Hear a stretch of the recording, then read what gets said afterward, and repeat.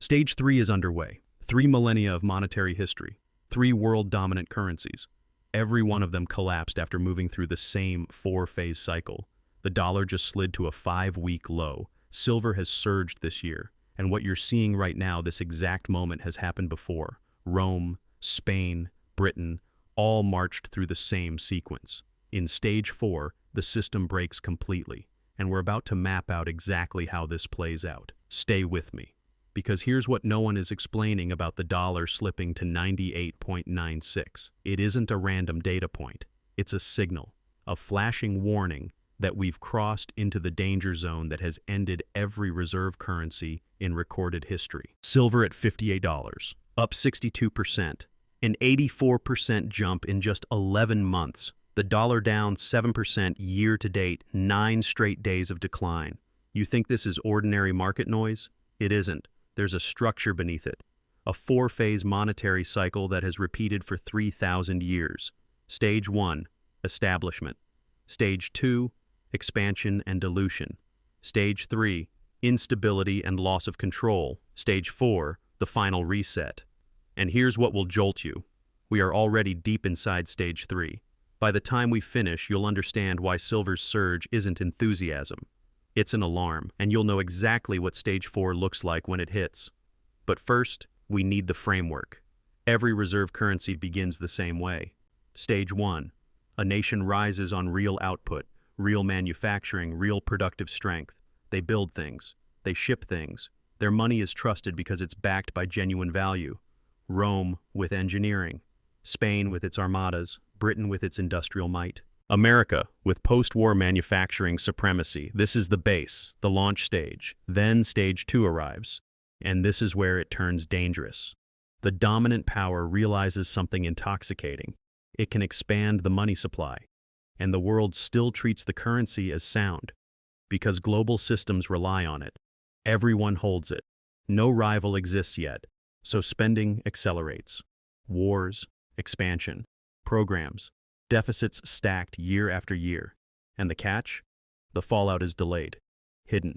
The world keeps absorbing the currency even as its foundation weakens. It feels like prosperity. It looks like stability. But underneath, it's a slow toxin spreading through the system.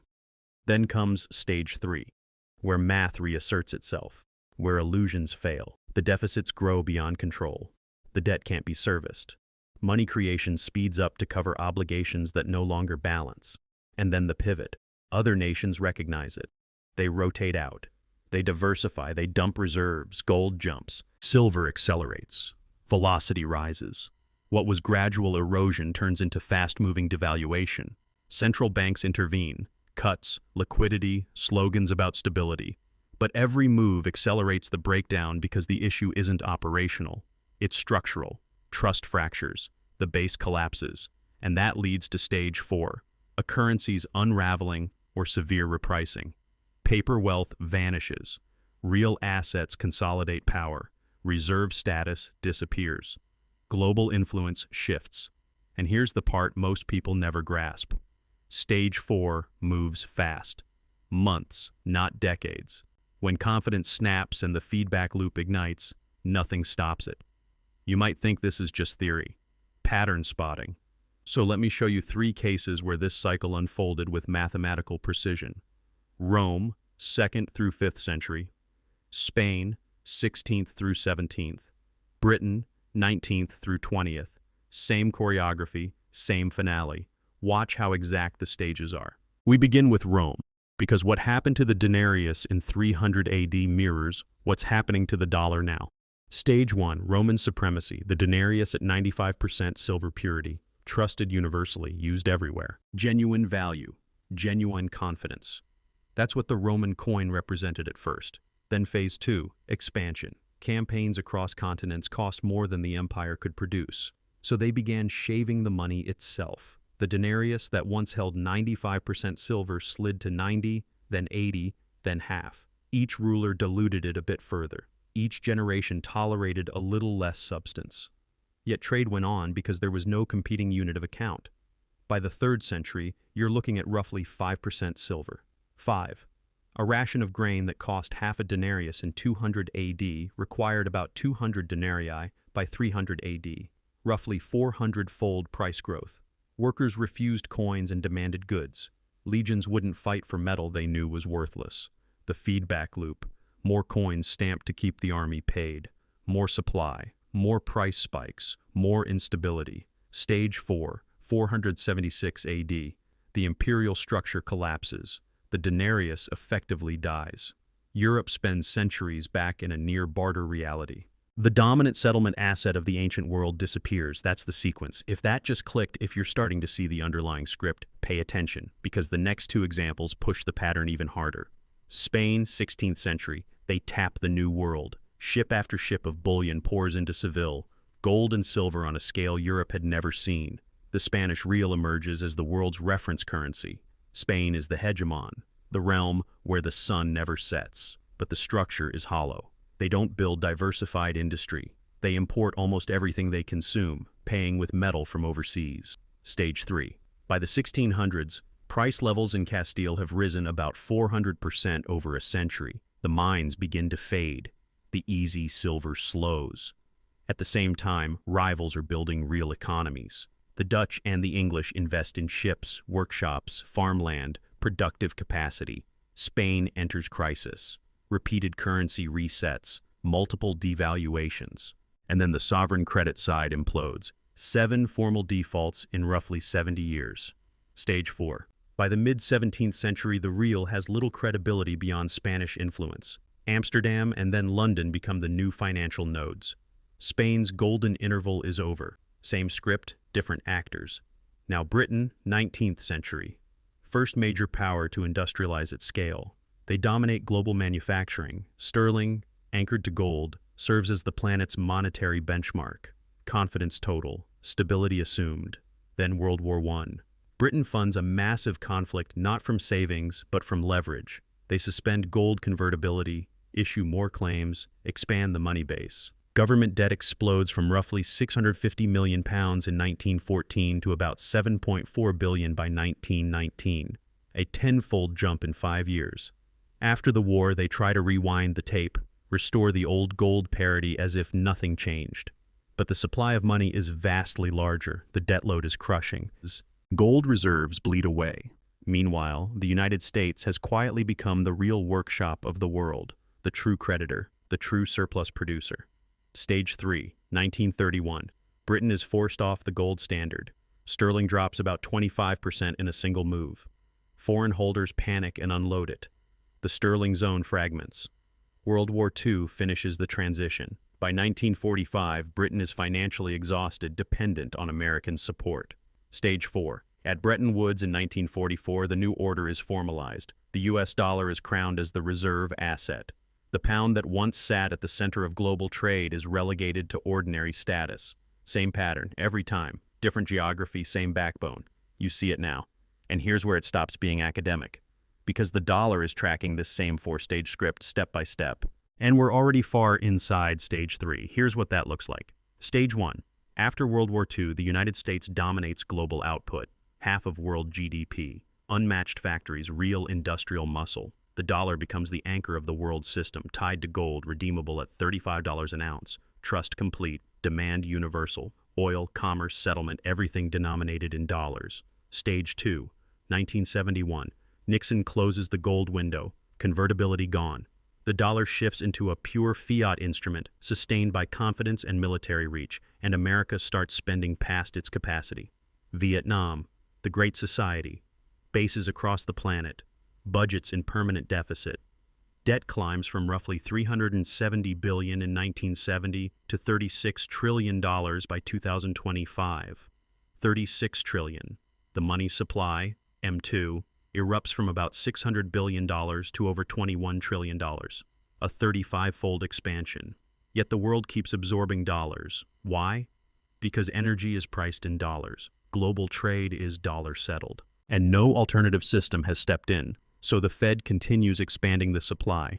The imbalance widens. America consumes. Other nations produce.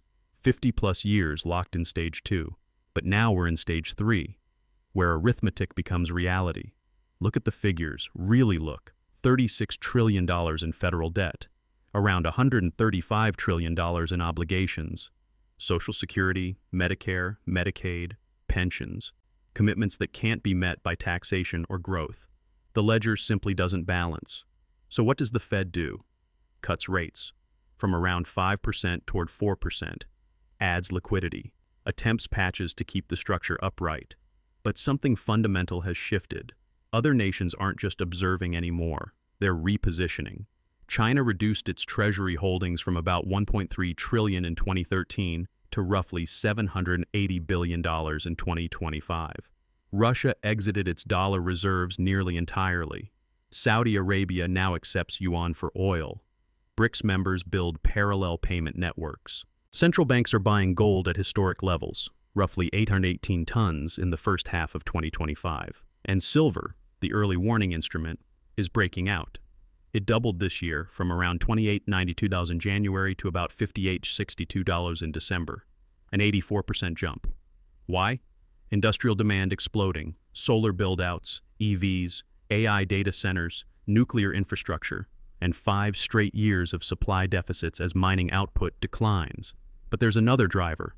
Capital is fleeing fiat. Silver-backed ETFs absorbed 200 tons in a single day, the highest figure since 2022. Shanghai inventories hit decade lows. Physical metal is disappearing. Meanwhile, the dollar index slipped to a 5-week low, 98.96, down 7% on the year, 9 straight days of red. The euro rising, the yen rising, emerging market currencies strengthening. The cycle is accelerating. The Fed is cornered. Cut rates. The dollar weakens more. Inflation resurfaces. Hold rates high. The debt load becomes unmanageable. Defaults appear. Recession follows. There is no clean exit, only degrees of damage. And here's the key number. Markets now price an 80% chance of a rate cut on December 10th. And that outlook, more dollar weakness, more inflation, more strain, is exactly what an 80% probability of rate cuts implies. We're deep inside stage 3. If you're still here, if the pieces are clicking together in ways you've never seen before, subscribe now, because I'm about to show you what stage 4 actually looks like and how to prepare for it. Seriously, you'll want to see the next part. Some of you are thinking, but the US is different. We have the strongest military, we innovate, we have the biggest economy. Let's address that head on. Rome commanded the greatest army of its era. It didn't save the denarius. Spain built the largest empire the world had ever seen. It didn't keep the real from collapsing. Britain governed a quarter of the planet's landmass. It didn't stop the pound from losing reserve status. Military dominance doesn't override balance sheets. Technology doesn't rewrite arithmetic. And national exceptionalism doesn't exempt a country from structural cycles. The pattern is not ideological, it's mechanical. Once stage 3 begins, stage 4 follows. Not hypothetically, but inevitably. So what does stage 4 look like for the dollar? It doesn't mean the currency evaporates overnight. It doesn't mean societal collapse tomorrow. But here's what is inevitable. The dollar will lose reserve currency status, likely within this decade, almost certainly within the next. When that shift happens, inflation returns to the US in force. Real inflation, 10%, 20%, potentially higher. Interest rates surge. The government can no longer refinance its debt cheaply. Austerity stops being optional and becomes mandatory. Living standards fall for everyone holding dollar-based savings, bank deposits, cash reserves, fixed incomes. But the flip side is equally predictable. Real assets surge. Gold, silver, raw materials, farmland, energy systems, infrastructure. Wealth doesn't vanish. It moves. From holders of paper to holders of tangible value. It has played out this way every single time. Rome, Spain, Britain. The pattern is consistent. So what should you do? First, this is not financial advice. I'm not a financial advisor. Do your own research. Consult qualified professionals. But if you understand the cycle, if you see what is building, here's the mindset. Diversify away from pure dollar exposure. Not completely, but materially. Hold assets that benefit from monetary dilution. Physical gold, physical silver, not paper claims, not futures contracts, real metal in your possession. Why? Because when stage 4 arrives, when confidence truly fractures, you don't want counterparty risk. You want tangible value. Silver in particular. It's already breaking out. $58.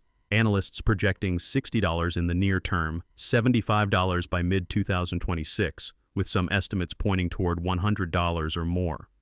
Why silver over gold? Because silver carries both industrial and monetary demand. The supply deficit is real and expanding. And in currency stress, silver moves sharper and faster. From 2008 to 2011, it ran from roughly $9 to nearly $50, about a 450% surge. If the current cycle rhymes, moves of similar magnitude are possible. Second, productive assets. Farmland, energy production, water rights, anything that generates real output independent of currency conditions. Third, reduce debt exposure where you can. If your liabilities sit in a weakening currency, that can help you. But if rates spike, if refinancing dries up, debt becomes a trap. Fourth, stay alert. This pattern unfolds over months and years, not hours. You'll see dollar rebounds, silver pullbacks, and noise within a clear structural direction. The silver breakout isn't a celebration, it's a flare. The dollar slipping to a 5-week low and falling 9 sessions in a row isn't a blip. It's the opening of a feedback loop. Weakness feeding more weakness, diversification accelerating, confidence thinning. History tells us exactly what comes next. Stage 4 is approaching. If this connected dots for you, subscribe. I'm tracking every phase of this cycle as it develops. Next episode, why the Fed's December 10th decision is set to accelerate everything you just saw. Watch it, and I'll see you there.